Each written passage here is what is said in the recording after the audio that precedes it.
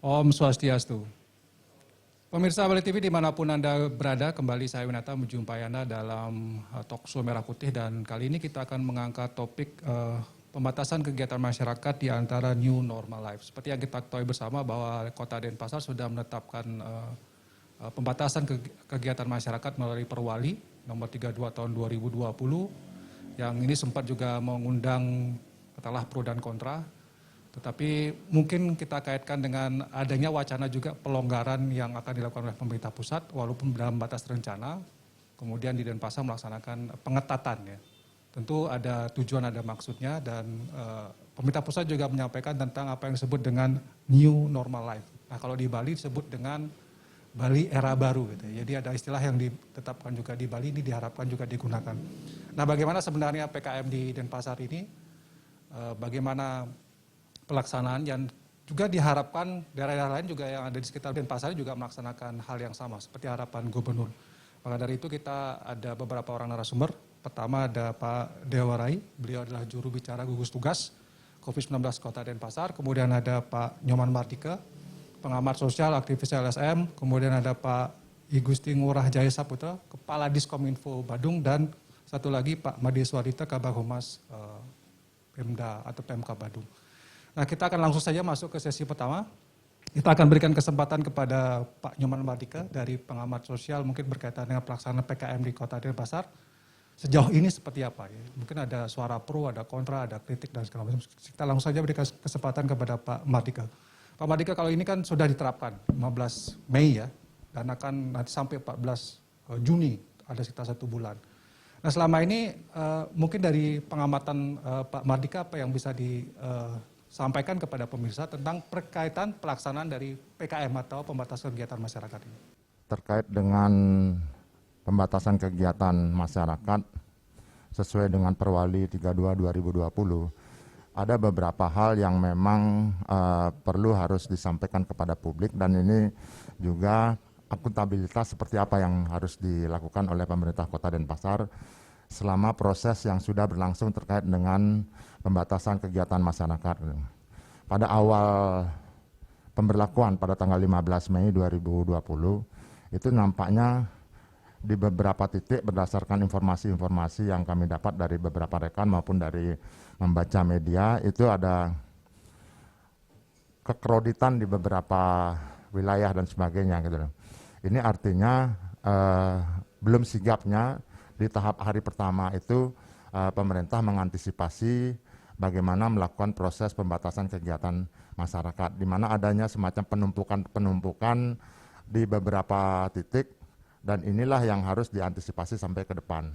Yang berikutnya di hari kedua itu informasi yang saya dapat adalah itu hanya jam-jam awal saja proses-proses pembatasan. Tidak lebih dari 2 jam itu nampaknya sudah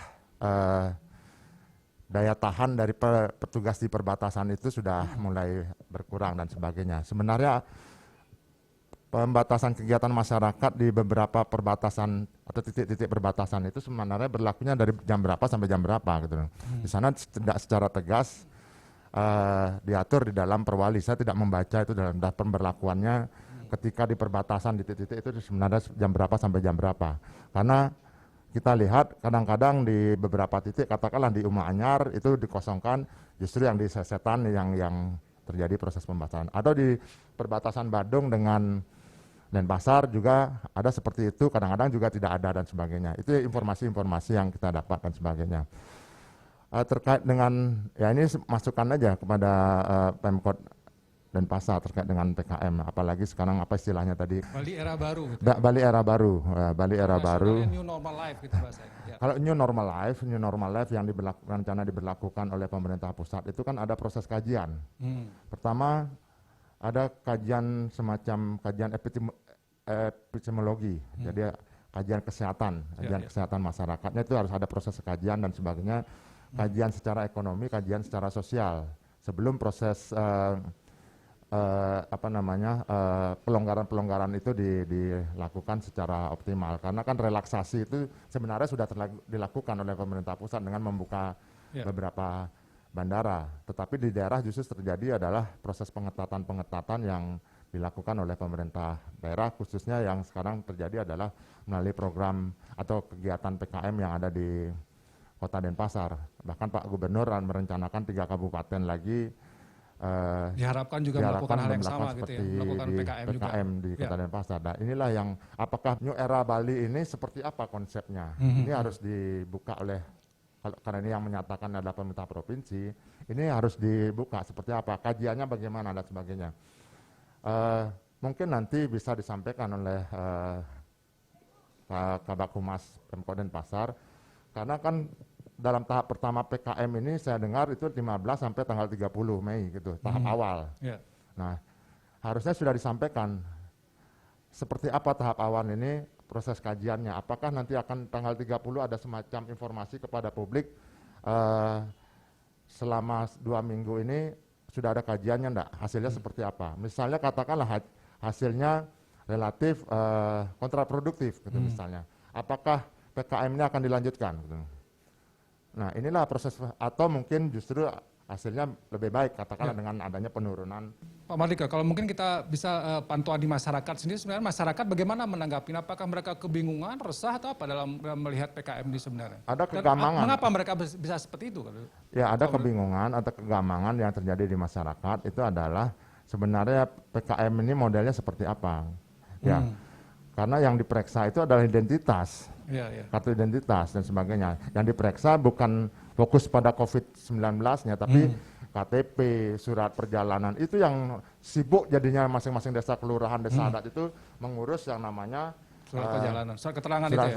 Surat keterangan. Jadi tidak fokus kepada pelaksanaan pencegahan percepatan COVID-19 yang tertuang di dalam Perwali 32 2020. Itu yang seharusnya difokuskan bagaimana di masing-masing titik yang sudah ditentukan minimal katakanlah secara masif dilakukan rapid test dan tes lagi, bukan mendata kependudukan dan sebagainya itu. Itu yang terjadi adalah yang seperti itu. Memang ada di beberapa titik petugas kesehatan yang melakukan rapid test. Tapi sampel ya. Tapi hanya sampel-sampel saja. Gitu. Nah, itu seharusnya di beberapa titik itu, hampir mungkin kalau ada 8 titik ya Pak ya. 8 titik itu semua harusnya ada petugas kesehatan yang melakukan rapid test secara gratis gitu loh.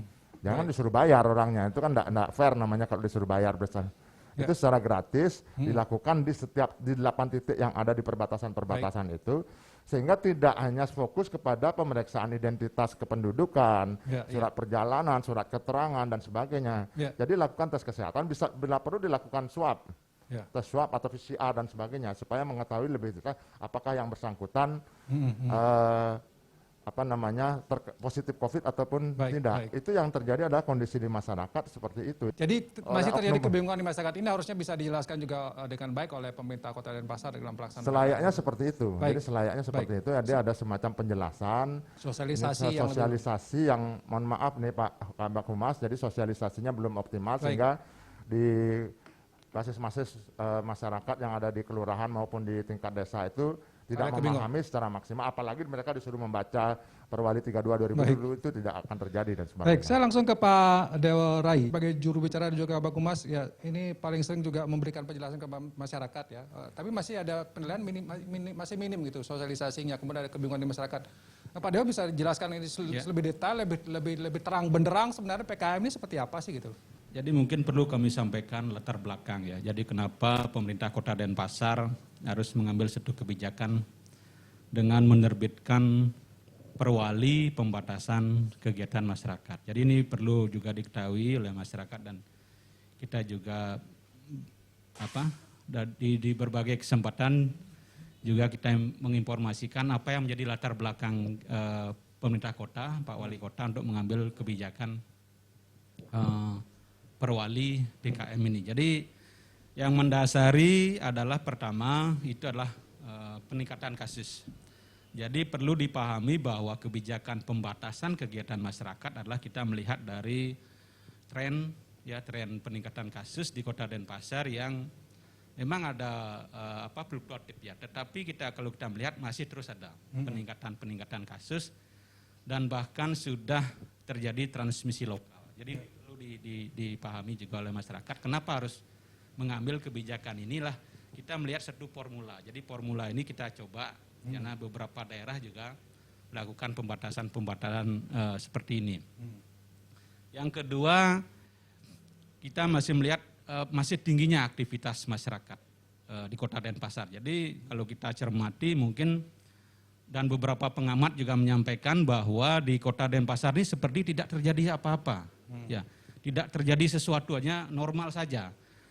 Nah, kami di pemerintah kota tentu melihat ini sebagai suatu kekhawatiran bahwa kasus ini masih terus terjadi dan bahkan pernah kita yang tertinggi ya.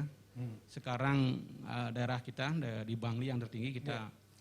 Nah, ini kalau kita tidak ambil suatu kebijakan itu langkah-langkah ini kita khawatirkan akan angkanya jauh lebih tinggi. Nah, upaya apa yang kita lakukan? Nah, pemerintah bekerja sama dengan para akademisi dibantu dari UNUD juga. Nah, ini melakukan satu kajian. Kita melakukan satu penelitian bahwa ketika tidak ada intervensi dari pemerintah, ketika tidak ada suatu upaya dari pemerintah, angka ini akan jauh lebih tinggi. Pembatasan-pembatasan ini sebenarnya kita sudah lakukan, Pak. Jadi sudah lakukan jauh sebelum ada Perwali ini. Mulai kalau tidak salah mulai Maret itu, ya mulai Maret ketika diumumkan ada kasus kita melakukan pembatasan ya, seperti belajar di rumah. Itu sudah pembatasan jadi. Dulu murid atau sekolah belajar di rumah kita lakukan. Kemudian bekerja di rumah itu pembatasan juga. Jadi work from home. Jadi sebagian besar pegawai di lingkungan instansi pemerintah bekerja di rumah.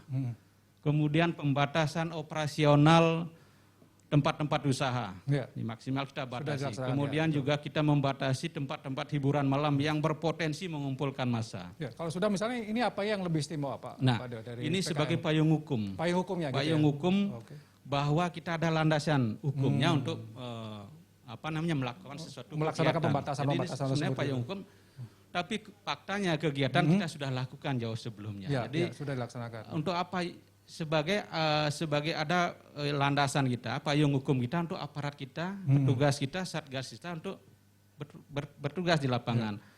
Sebenarnya titik berat daripada PKM ini bukan ke sanksi sebenarnya, tapi kita ingin mengajak kepada masyarakat bagaimana disiplin. Karena kunci dari keberhasilan kita menuntaskan corona ini kan kedisiplinan. Nah, ternyata kita lihat dengan himbauan, arahan, anjuran ini kan belum begitu dipenuhi begitulah disiplin. Nah, kemudian kita tuangkan dalam satu peraturan wali kota. Titik beratnya adalah bagaimana penerapan protokol kesehatan. Jadi bukan melarang orang untuk masuk Denpasar. Jadi tujuannya memang jelas, kan tujuannya bekerja, berusaha, berniaga kan masih tetap buka. Karena kita tidak menutup. Kita tidak melarang orang. Karena kita di satu sisi ingin menuntaskan COVID itu sendiri, COVID-19 itu sendiri, tapi di sisi lain perekonomian harus tetap jalan. Baik. Nah, kalau misalnya relevansinya dengan pendisiplinan itu dengan dijaga ketat di pintu-pintu masuk, dengan ditanyakan identitas itu bukan. Nah, apa relevansinya? Mungkin Pak bisa menjelaskan. Itu kan salah satu instrumen, Pak ya. Jadi salah satu instrumen ketika kita mengetahui tujuannya apa datang ke Denpasar. Ini kan kita kemarin kalau compare dengan data dari Polresta, Kamtibnas sih ada sedikit penurunan kasusnya. Baru hari kelima kasus kriminalitas kriminal. Ya. Jadi orang yang selama ini tujuan tidak jelas itu bisa. Jadi orang yang dulunya maunya mungkin berpikir dia datang ke Denpasar kan gitu. Karena dijaga. Tujuannya logistik dia tetap buka. Kalau logistik emang dia bekerja di provinsi, di media itu masih bisa beroperasi. Berarti ada banyak yang sudah dibalikkan gitu, nggak punya tujuan jelas dari PKM kemarin. Harus jelas. Kemudian yang lain lagi juga kita temukan masih banyak yang tidak pakai masker. Ini kan protokol kesehatan, karena itu sangat berbahaya. Dari WHO menyatakan bahwa sekarang wajib baik yang sehat maupun yang sakit harus wajib pakai masker. Tapi faktanya kita temukan di lapangan masih banyak. Nah, ini kan perlu edukasi-edukasi. Jadi Perwali ini tidak semata-mata untuk penghukuman atau pengenaan denda atau sanksi. Bagaimana kita mengajak, memberikan pesan kepada masyarakat untuk bersama-sama. Jadi tentu pemerintah tidak bisa sendiri bekerja. Baik. Berarti kalau dimintakan surat keterangan jalan, kemudian identitas itu adalah untuk mengetahui apa tujuan mereka ke sini gitu Pak Dewa ya? Benar, jadi samping juga kita mengetahui dari segi administrasi kependudukannya. Jadi kan identitas kan wajib juga Pak. Jadi KTP itu minimal harus punya KTP kalau masuk. Jadi jelas identitasnya. Ya, kemudian kalau surat keterangan Jadi ya memang dia bekerja atau sebagai supplier atau berniaga atau kerjasama dengan pihak apapun jelas jadi. Jadi seperti itu. Jadi bukan melarang orang. Dan yang selanjutnya juga di pos itu kita lakukan screening. Screening ini maksudnya memang kita tidak mungkin akan datang 2.000, 5.000 bahkan sampai puluhan ribu yang datang, kita akan rapid. Ya, tentu kita melihat mungkin dari daerah terjangkit ya katakan begitu, ini datang dari luar Bali, itu kan masih sekarang kan masih dibuka logistik ya. Mungkin kita itu akan sasar screening, kita lakukan dengan rapid test, kemudian kita cek suhu tubuhnya. Kalau di atas 38 ya kita langsung rapid. Atau datang dari daerah terjangkit kita langsung rapid. Ini kan random ini ya, kita random. Jadi begitu ketahuan hasilnya reaktif, kita langsung rujuk ke rumah sakit. Kita siapkan langsung swab. Jadi kita lebih cepat mengetahui. Karena kita ketahui saat ini kan kita di Bali sudah tahu semua terjangkit. Buleleng, Bangli, jadi sudah dilakukan juga screeningnya gitu. Baik. Itu tujuan dalam rangka kalau ada yang pencegahan. tadi yang kedua masalah minimnya sosialisasi dan apakah akan ada kajian ini 1 minggu kalau misalnya tidak efektif akan dikaji atau akan tetap dilaksanakan sebulan? Mungkin itu yang ya tentu memang ini kan karena kita baru tanggal 15 ya diundangkan dan sampai saat ini kita tetap melakukan sosialisasi. Di pintu-pintu masuk juga sambil sosialisasi. Itu memang kita menyarankan kalau tidak pakai masker agar pakai sekarang ini masih proses sosialisasi juga di kecamatan ke desa. Di samping juga ke pelaku usaha. Jadi beberapa stakeholder yang kita miliki baik ke Disperindak menyasar ke stakeholdernya dia, ke toko, ke pasar, kemudian dinas pariwisata, ke pengelola rumah makan, restoran. Jadi bagaimana protokol keamanan berniaga. Jadi stakeholder itu kita sasar sosialisasi apa sih ada yang diatur dalam PKM itu. Jadi begitu Pak. Akan tetap dilaksanakan sebulan atau akan dikaji? Misalnya seminggu nggak efektif akan ya, tentu ini kan baru berjalan 4 hari ya. 4 hari ya. 4 hari 5 hari. Dan sampai sekarang merasa ini sudah efektif sebenarnya, cukup lumayan ya. Nanti kita akan kita evaluasi karena dari Pak Wali Kota tentu dalam setiap minggu kita akan evaluasi. Ada evaluasi ya. Apa ada pengaruhnya, apa kasusnya, kan kita harus melihat kasus sebenarnya. Evaluasinya itu tentu harus kita melihat tren kasusnya. Kasusnya apa meningkat, terus kalau meningkat apa yang harus kita lakukan. Kalau menurun ya mungkin ada pelonggaran kayak sama seperti daerah lain yang melakukan PSBB. Kan ada relaksasi, ada pelonggaran seperti itu Pak. Terima kasih Pak Deo. Saya akan break sebentar pemirsa Bali TV. Saya akan di sesi berikutnya memberikan kesempatan kepada dari Pemkab Badung ini yang juga tetangga dekat dari Kota Denpasar, karena ada juga pendapat yang mengatakan bahwa kalau hanya Denpasar saja yang melaksanakan PKM lalu di Badung tidak melaksanakan, apakah ini juga tidak akan menjadi bumerang bagi Bali? Mungkin kita akan melihat Bali secara keseluruhan. Mungkin ini sudah ada Badung, nanti kita di sesi berikutnya akan berikan kepada Pemkab Badung. Jadi jangan kemana, tetap di Talkshow Merah Putih. Terima kasih pemirsa Bali TV, Anda tetap setia di program Talkshow Merah Putih. Kita mengangkat topik tentang pembatasan kegiatan masyarakat di antara new normal life. Ya, kita akan coba dari Badung ya. Karena ini PKM baru diterapkan di Badung, ada harapan kabupaten lain yang minimal dari tetangga Denpasar ini melaksanakan hal yang sama. Nah, dari Diskominfo Badung ada Pak Jaya Saputra. Pak Kadis, ada harapan gitu ya, sebenarnya PKM juga bisa dilaksanakan di Badung. Walaupun juga sudah beredar di masyarakat, Pak Bupati menyampaikan alasan tidak melaksanakan. Nah, ada tidak kajian selama ini mau mengarah ke sana atau memang total tidak akan melaksanakan hal yang sama dengan Kota Denpasar? Silakan Pak Kadis. Jadi kami dari pemerintah Kota Badung, seperti apa yang sudah disampaikan oleh Pak Bupati, jadi memang sampai saat ini belum mengarah untuk penerapan PKM ini. Jadi kami tentunya mempunyai dasar bahwa kenapa mungkin kami belum membuat kajian tentang penerapan PKM. Mungkin dari segi tren kasus kita di Badung Astungkara sampai saat ini masih terkendali Pak. Per hari ini sudah ada 26 kasus positif dan yang sembuh sudah 18 Pak. Jadi yang masih rawat hanya cuma 8 orang seperti itu. Kemudian dan kami menyadari bahwa kami mungkin berbeda dengan teman Denpasar, karena Denpasar kan mungkin adalah perkotaan Pak ya, yang mobilitasnya cukup tinggi, heterogenitasnya cukup tinggi, dan tentunya memang membutuhkan strategi khusus seperti itu. Kalau kami dengan ada katakanlah percampuran, ada sebagian perkotaan, ada yang pedesaan dan sebagainya, tentunya strateginya akan berbeda. Kami lebih mengedepankan pada bagaimana kami mengefektifkan Pak Satgas gotong royong yang ada di desa-desa adat masing-masing, di Banjar-Banjar adat masing-masing, di mana kami ada 122 desa adat, ada 478 Banjar, kemudian 46 desa dinas dan 16 kelurahan. Jadi kita lebih kepada bagaimana mengefektifkan supaya peran Satgas ini untuk bisa melakukan edukasi, mendamping kepada masyarakat, bagaimana penerapan disiplin dalam hal protokol kesehatan. Ini yang mungkin sehingga Astungkaro sampai saat ini sebaran kasus COVID-19 hanya pada titik tertentu saja Pak. Dan itu pun didominasi oleh PMI sebetulnya. Transmisi lokalnya cuma ada di Buano 1 dan sebagainya, itu pun sudah bisa kita lokalisir dan Astungkaro sampai saat ini perkembangannya bisa dalam tahap kendali. Nah selanjutnya terkait dengan penerapan PKM di Denpasar, kami juga dari segi koordinasi pemerintahan sudah dilaksanakan. Mungkin di tingkat lapangan teman-teman Dinas Perhubungan sudah koordinasi di lapangan Pak, karena dari sekian titik di Denpasar itu banyak sekali yang berbatas langsung dengan kami, ya, terutama yang di perbatasan barat dan utara seperti itu. Kemudian sehingga tidak katakanlah terjadi permasalahan di lapangan. Kemudian yang kedua dari segi sosialisasi juga kami melakukan sosialisasi kepada masyarakat kami, karena tidak bisa dipungkiri banyak juga warga Badung yang beraktivitas di Denpasar Pak. Nah, hal-hal mana mungkin yang harus mereka persiapkan sehingga dalam perjalanan mereka tidak menjadi masalah. Selama ini belum ada koordinasi Pak dengan secara pemilihan sudah Pak. Jadi kita sudah di lapangan. Sudah ada kontak-kontak gitu sampun Pak. Jadi secara ini sudah kita karena bagaimanapun Denpasar adalah saudara kami juga. Jadi tentunya kami tetap akan mengkaji karena bagaimanapun apa yang keputusan Denpasar itu adalah sebuah kajian yang menyeluruh tentunya berdasarkan evaluasi tertentu yang tujuannya adalah bagaimana mengendalikan daripada persebaran COVID ini. Tapi Badung memang belum ada kajian sama sekali Pak ya untuk melakukan itu ya. Karena menganggap belum perlu gitu. Belum ya. Pak. Belum perlu ya. Karena kalau 26 kasus itu dari awal sampai sekarang 26 kasus dan sudah semua 18 berarti ya. Iya Pak. Masih hanya 8 saja yang 8 yang masih dominasi dari kasus PMI Pak. PMI ya. Di transmisi lokalnya ada berapa Pak di Badung? Kasus lokalnya tidak lebih dari katakanlah di bawah 5 Pak. Di bawah Itu 5, pun ada di Buano dan di wilayah selatan di Jimaran seperti itu Pak. Baik.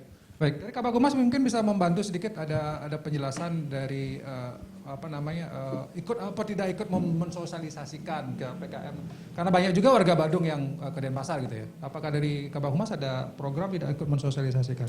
Baik, terima kasih. Jadi mempertegas disampaikan oleh Pak Kadis, pada intinya kita di sini sepakat dulu Pak ya. Sepakat dulu bahwa kita wajib memutus mata rantai COVID niki. Mungkin rekan kami di Denpasar juga sudah seperti dengan melaksanakan PKM dan kami di Badung seperti apa yang disampaikan Pak Kadis ya jelas sudah kami tetap menggiatkan, terutama kami di Humas mempublikasi kegiatan-kegiatan dari pimpinan yaitu menggiatkan protokol kesehatan dan mensosialisasikan kepada masyarakat Pak. Kami setiap di kecamatan, di desa kami sudah sering melaksanakan sosialisasi, Pemkab sudah sosialisasikan hal ini. Dan yang paling penting adalah memperkuat gugus tugas desa adat yang ada di Kabupaten Badung. Jadi intinya kita harus sepakat, mungkin Denpasar melakukan PKM, kami tetap mendukung dengan menggiatkan protokol kesehatan dan mempertegas atau menguatkan rekan-rekan kita yang ada di desa adat, gugus tugas desa adat. Demikian Pak, mungkin. Baik, saya ke Pak Mardika kalau gitu. Pak Mardika, ini kan Denpasar sudah, tapi Badung katanya belum memenang perlu. Mungkin Gianyar juga, sebenarnya kita undang, tapi mungkin Gianyar belum sempat hadir. Nah, ada harapan ini bisa dilaksanakan mungkin secara serentak lah, misalnya di Bali, seluruh Bali atau minimal yang dekat dengan Denpasar. Nah, Pak Mardika melihatnya gimana kalau misalnya ada usulan seperti itu? Ya, kalau ingin dilakukan secara serentak, pertama tujuannya harus jelas dulu gitu dah. Tujuannya adalah dalam rangka misalnya untuk pencegahan percepatan penyebaran COVID-19 kan itu sebenarnya tujuan, dan Denpasar kan sudah menyampaikan tadi seperti tujuannya adalah seperti itu. Yang saya himbau kepada pemerintah kabupaten kota yang ada di Bali, mungkin bisa difasilitasi oleh Pak Gubernur ya. Itu sosialisasinya yang harus dioptimalisasikan. Saya kritik tentang Denpasar ya, misalnya sosialisasi. Jangan sosialisasi dilaksanakan pada saat pemberlakuan. Nah, ketika sosialisasi dilakukan pada saat pemberlakuan, itu namanya bukan sosialisasi tapi instruksi gitu. Nah, ini seharusnya yang dilakukan adalah sosialisasi sebelum pemberlakuan itu. Misalnya seminggu sebelumnya dilakukan secara masif, dilakukan di desa-desa, di kelurahan, atau di desa adat dan sebagainya. itu misalnya kalau mau dilakukan seperti apa, protokol kesehatan, standarisasi edukasinya harus jelas dan sebagainya. Yang kedua, hal-hal apa yang menjadi kebutuhan-kebutuhan masyarakat harus dikomunikasikan terlebih dahulu dan sebagainya. Gitu. Jika ini tidak terjadi, termasuk kajiannya dan sebagainya, kenapa melakukan PKM?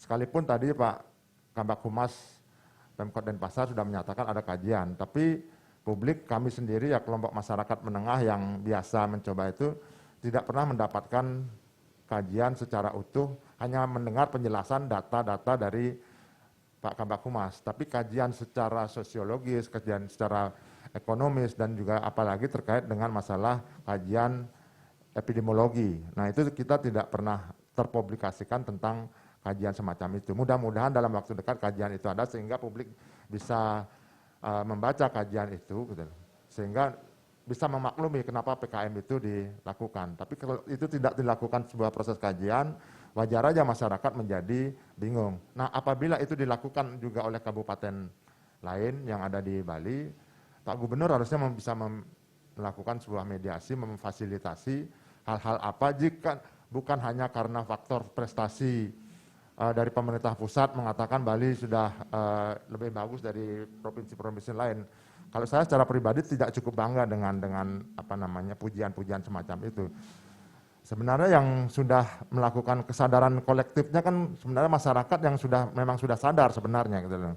Masyarakatnya sudah sadar, sebagian besar masyarakat Bali, masyarakat Denpasar utama dan juga Badung, itu himbauannya sudah sebagian besar, 90% mereka sudah melaksanakan memakai masker, sudah melaksanakan social distancing, sudah melaksanakan apa namanya physical distancing. Memang ada beberapa titik yang memang mereka harus keluar karena mereka tidak bisa terus bertahan di rumah kalau memang tidak ada semacam jaminan pengamanan sosial yang memang cukup memadai bagi mereka gitu. Misalnya katakanlah sekarang ini banyak yang di PHK. Memang sudah yang saya ketahui ya secara langsung, kebetulan saya adalah pelakunya langsung, di Denpasar sudah apa namanya bansos katakanlah sembako BLT sudah turun, tapi itu sifatnya kan terbatas. Sifatnya terbatas karena kemampuan anggaran APBN dan juga APBD-nya juga terbatas dan sebagainya. Tidak semua. Tapi bagaimana ketika mereka di PHK atau dirumahkan, mereka membuka usaha dan sebagainya, ternyata itu juga ada proses pelarangan-pelarangan, pembatasan-pembatasan. Ini harus dicari jalan keluarnya gitu. Nah, itu yang begitu pula apalagi di Badung. Apalagi di Badung ini kan daerah pariwisata, hotelnya hampir Tutup semua ya. tutup semua, 0% mungkin pertumbuhan. 0% tutup Ya, semua.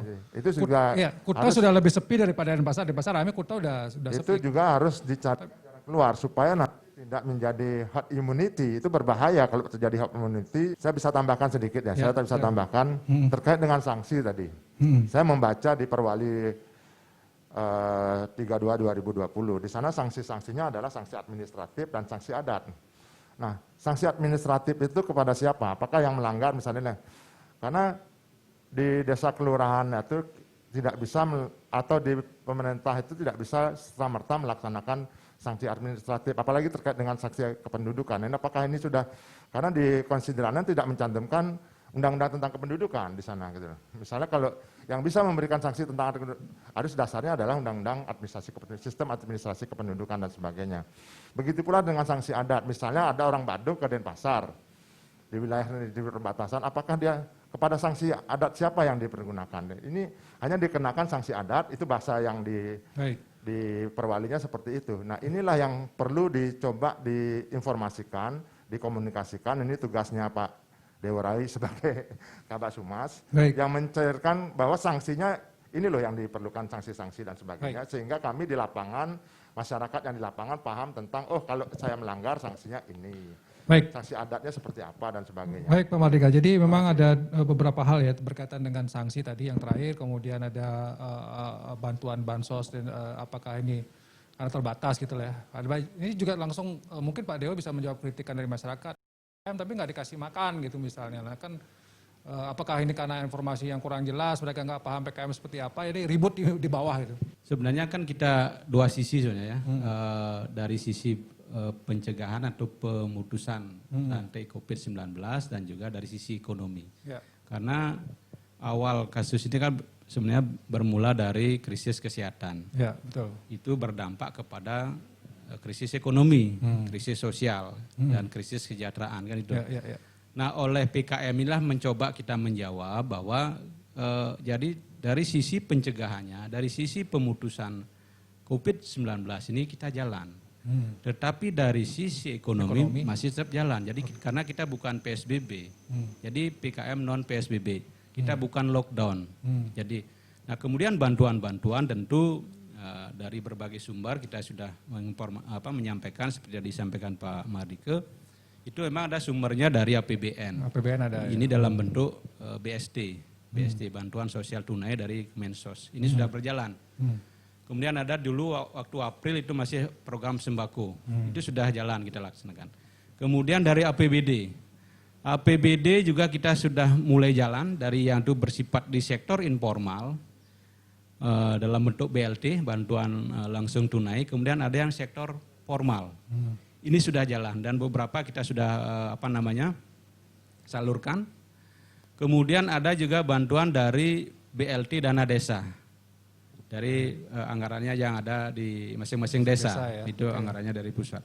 Kemudian juga ada bantuan-bantuan yang bersifat tidak mengikat dari swasta, perusahaan. Dan ini kita mencoba untuk menyalurkan, ya memang tentu ya dalam keadaan ini karena dalam pemberian sembako kan kita juga berdasarkan data yang kita peroleh dari bawah, ya dari kepala dusun, kemudian perbekal, kepala lurah. Ya. Jadi kita tetap jalan. Ya, kemudian kalau memang ada masukan, ada kekurangan seperti disampaikan kemarin ada yang tidak tepat sasaran, terutama yang data dari pusat. Ini tentu kita akan update lagi, koreksi kalau memang ada yang tidak tepat sasaran seperti dibilang ada PNS menerima. Nah, kita akan evaluasi karena datanya datang dari pusat. Artinya bahwa bansos tetap jalan ya Pak Dewa ya? Iya, tetap berjalan. Tetap jalan. Berarti penerapan PKM bukan non PSBB, pembatasan non PSBB ini dilaksanakan bukan karena Pemkot tidak punya uang untuk memberikan sembako ya, tapi karena memang ini ingin agar mata rantai bisa diputus dan ekonomi bisa jalan gitu sebenarnya.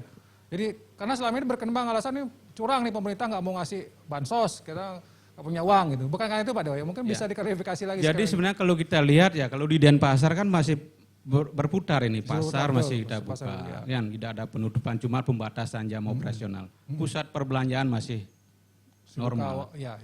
Warung-warung masih tetap buka.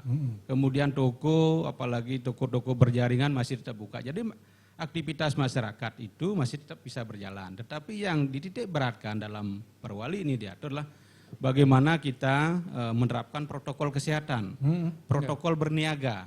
Yang diatur dalam Perwali itu, pokoknya sebuah restoran atau rumah makan, bagaimana dia menerapkan protokol kesehatan. Jadi kita tidak tutup usahanya itu.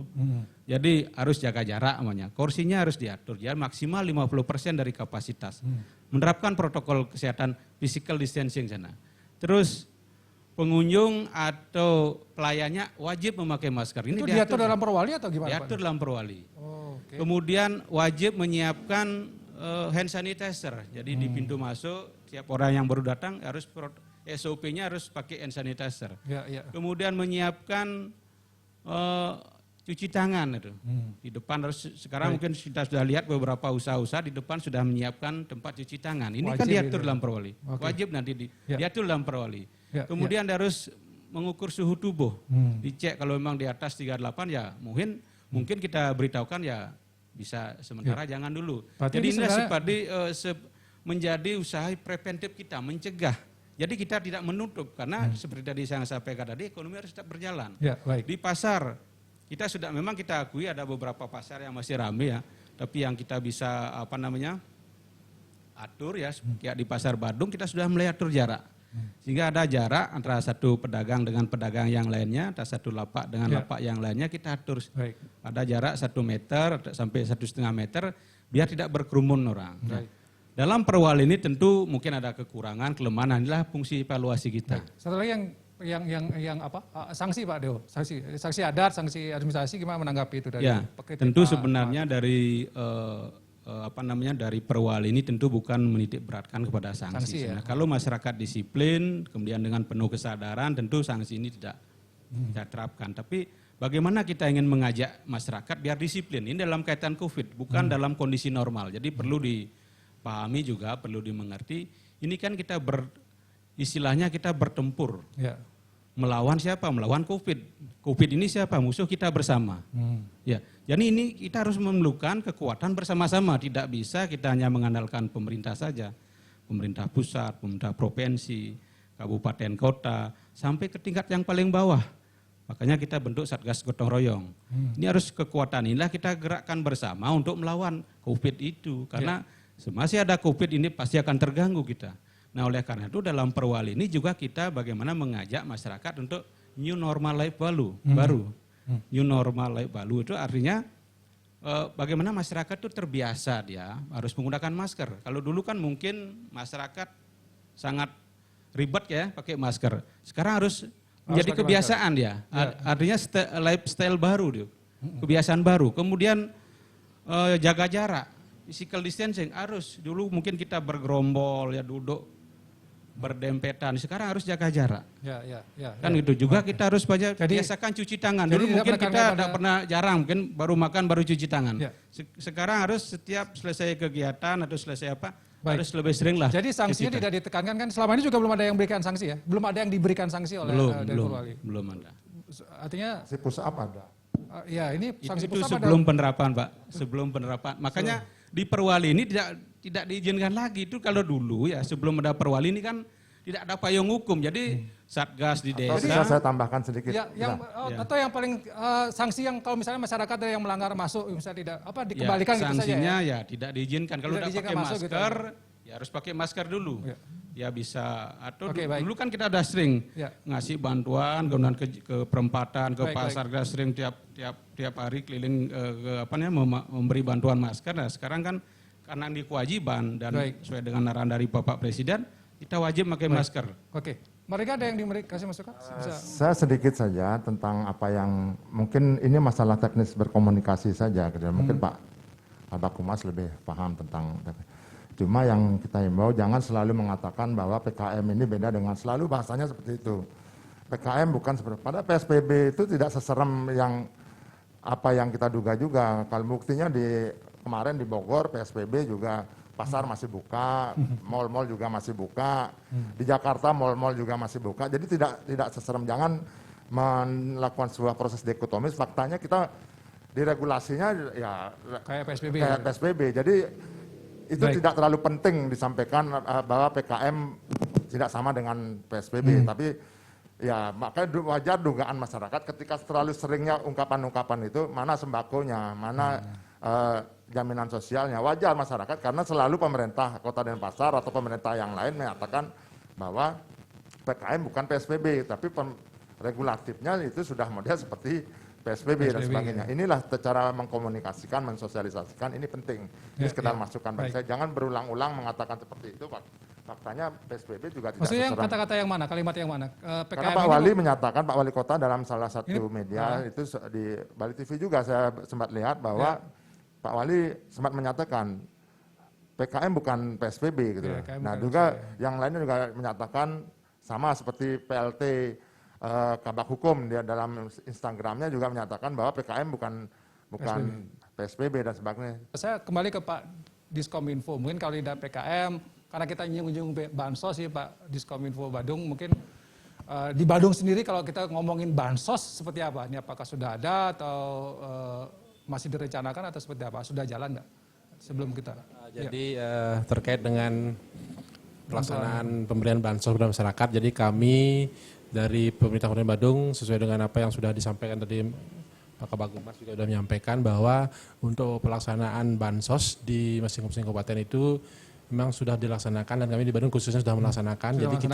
Jadi kita ada beberapa sumber pendanaan, baik itu merupakan sumber yang dari APBN, kemudian juga ada APBD provinsi, ada juga APBD kabupaten yang merupakan hasil dari refocusing dan realokasi anggaran tentunya.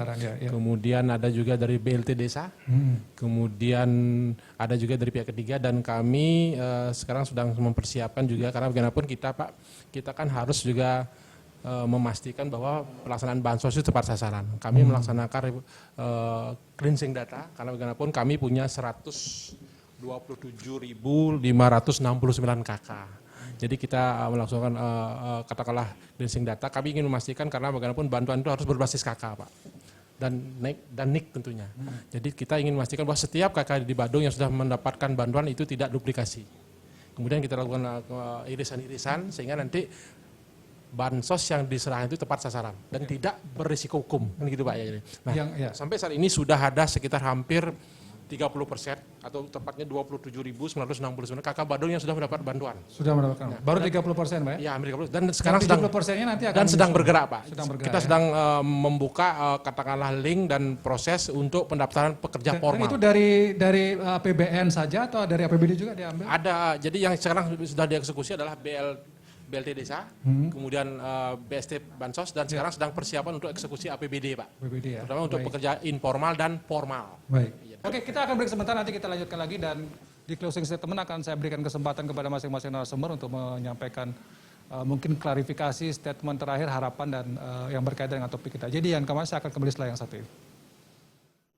Terima kasih pemirsa, Anda setia bersama kami di program Talkshow Merah Putih dan kita sudah berada di sesi terakhir berkaitan dengan pelaksanaan PKM di Kota Denpasar dan kita kaitkan New Normal Life. Sebelum sampai pada closing statement, tadi ada pernyataan yang menarik juga bahwa sebenarnya PKM ini juga bagian dari proses menuju New Normal Life. Nah, kalau istilah di Bali era baru gitu ya, bagaimana mendisiplinkan protokol kesehatan. Ya, walaupun tadi ada beberapa kritikan masukan. Saya akan berikan kesempatan untuk closing statement ini dari Pak Kadis Kominfo Badung. Mungkin ada harapan tidak? Ya, pertama berkaitan dengan PKM. Mungkin karena ada Denpasar di sini apa yang menjadi harapan penting karena ada banyak masyarakat Badung juga yang ke Denpasar atau seperti apa? Atau siapa tahu bisa memberi dukungan dana misalnya untuk pelaksanaan PKM di Kota Denpasar. Silakan Pak Kadis. Terima kasih Pak. Jadi mohon izin. Jadi untuk pelaksanaan PKM tentunya rekan-rekan Denpasar sudah melakukan evaluasi dan tentunya kita akan terus minta update-nya sehingga nanti dalam perjalanannya kita khususnya dari Badung selaku daerah penyangga Denpasar dan keseharian mungkin masyarakat kami banyak di sana beraktivitas di sana bisa kita lakukan konsolidasi sehingga nanti dalam perkembangannya tentunya bisa mendukung daripada kebijakan PKM di Kota Denpasar. Nah selanjutnya isu yang kedua tentang New Normal Life Pak. Jadi kami di Kabupaten Badung sudah mulai mempersiapkan diri karena bagaimanapun kami adalah pusat destinasi wisata tentunya kita sudah mempersiapkan bagaimana perubahan pola perilaku masyarakat menuju era baru ini kita persiapkan. Salah satu contohnya adalah kita menyiapkan bagaimana SOP terbaru di bidang pariwisata Pak.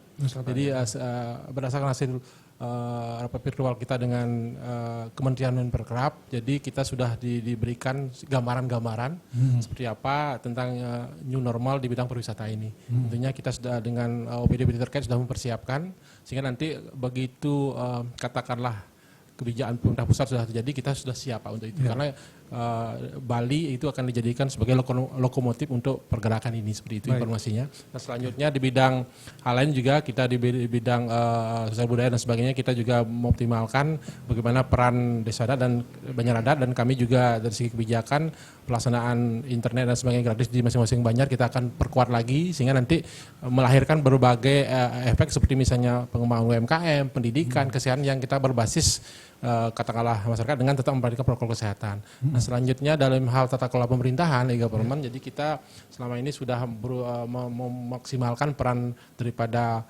katakanlah teknologi baik itu software maupun hardware sehingga nanti contohnya kami sudah melakukan Pitkon dengan desa adat, dengan perbeka, lurah dan sebagainya sampai ke tingkat terbawah sehingga nanti katakanlah tata kelola pemerintahan tetap bisa kita maksimalkan dan fungsi-fungsi pelayanan publik kita kepada masyarakat tetap kita laksanakan. Di sini peran pemerintah harus terdepan karena bagaimanapun jangan sampai katakanlah masyarakat galau, masyarakat resah tanpa kehadiran pemerintah. Di sinilah peran-peran kita tanpa kita mengabaikan daripada protokol itu Pak sendiri. Jadi kebijakan pemerintah harus menjadi katakanlah terdepan sehingga nanti masyarakat kita bisa kita pandu menuju arah dinamika perkembangan yang terbaru Pak. Demikian. Baik. Terima kasih Pak Jaya Saputra, Kadis Kominfo Badung ya. Jadi sudah melakukan beberapa upaya-upaya.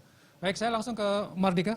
Silakan. Tadi sudah banyak kritikan yang diberikan kepada mungkin ada semacam solusi juga, ada harapan apa yang mesti dilakukan oleh Pemkot Denpasar ini berkaitan dengan pembatasan kegiatan masyarakat. Silakan. Ya, terkait dengan pembatasan kegiatan masyarakat yang sudah diberlakukan di pemerintah Kota Denpasar, sosialisasikan secara optimal kepada publik atau kelompok-kelompok masyarakat yang ada di Kota Denpasar untuk memberikan semacam pencerahan dan tidak henti-hentinya memberikan himbauan-himbauan dan sebagainya, berkoordinasi terus dengan desa adat, desa dinas maupun di tingkat kelurahan dan sebagainya, sehingga tidak ada semacam kebingungan di tingkat masyarakat, terutama di tingkat grassroots terhadap kebijakan PKM itu sendiri.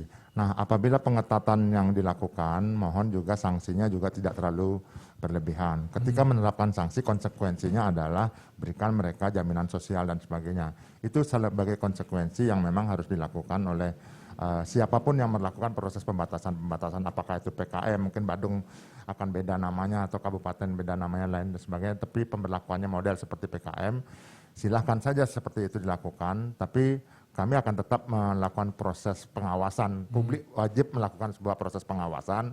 Apabila nanti ada proses kritik atau tantangan debat dan sebagainya, ya bisa dimaklumi. Itu yang harus memang, karena era keterbukaan tidak bisa kita lepas daripada pengawasan publik dan sebagainya. Apabila pengawasan publik mengkritik masyarakat kepada pemerintah provinsi, pemerintah kabupaten kota, itu saya nilai dijawablah dengan wajar, jangan melakukan sebuah proses-proses jawaban yang memang menjadi kontraproduktif bagi kebijakan itu sendiri. Yang memang sepatutnya yang normatif-normatif tidak masalah, atau memang ada terobosan yang progresif sebagai tanggapan kepada publik, sehingga publik bisa tercerahkan, bisa melaksanakan program-program yang ada sudah dilaksanakan, terutama terkait dengan PKM, atau mungkin kalau toh memang itu dilaksanakan di seluruh Bali, harus ada kajiannya terlebih dahulu. Apakah kajian epidemiologi, kajian ekonomi, kajian sosiologi, dan juga kulturalnya seperti apa. Nah, inilah yang harus dilakukan sehingga masyarakat kita bisa tercerahkan, dan semoga COVID-19 bisa terselesaikan dengan baik di Provinsi Bali dan juga kabupaten kota yang ada. Dan itu yang kita harapkan, sehingga kita bisa new normal life yang seperti yang diharapkan dan sebagainya, itu bisa memang betul terjadi. Dan Bali era baru tetap kita harapkan dan sebagainya. Terima kasih. Terima kasih Pak Mardika. Silakan Pak Dewarai, mungkin sebagai closing statement menjawab juga beberapa hal dan harapan yang paling penting juga kepada masyarakat.